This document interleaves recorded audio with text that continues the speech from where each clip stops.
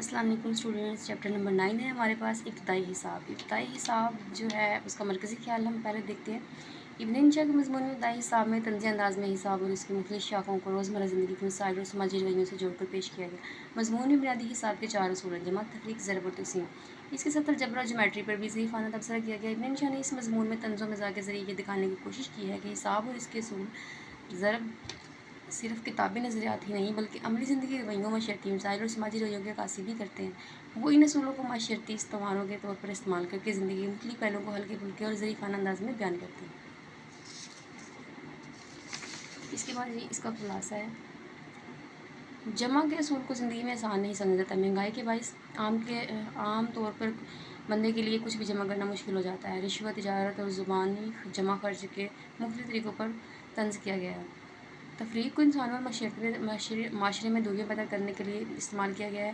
یہ ظاہر کیا گیا ہے کہ تفریق کے نتیجے میں فائدہ کم، نقصان زیادہ ہوتا ہے، خاص طور پر معاشرتی اور مذہبی اختلافات میں۔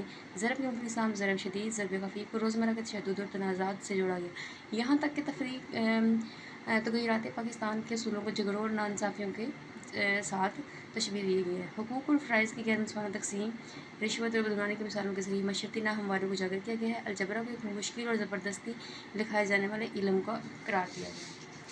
اب اس کے سوالوں کے جوابات دیکھیں۔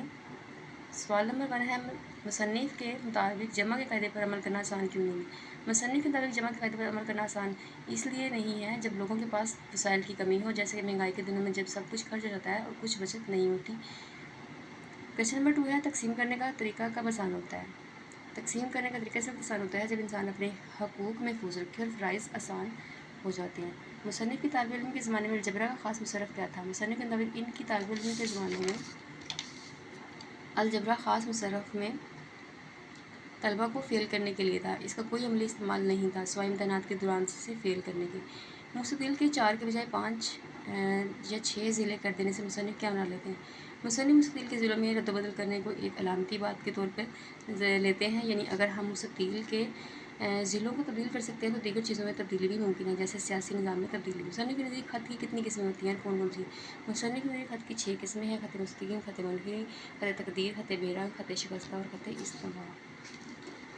مصنف نے دائرے کو گول ہونے کی کیا وجہ لکھی؟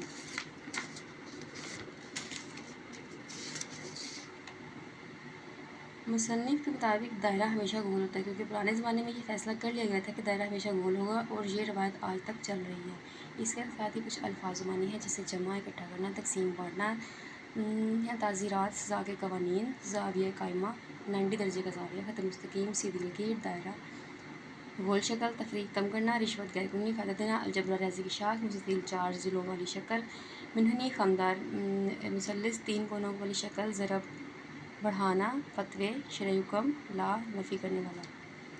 یہ اس کے کچھ الفاظ زبانی تھے۔ اس کے علاوہ متوازی خطوط، آمنے سامنے کے خطوط، اور یہ سب اس طرح کے آپ کو دیے گئے ہیں۔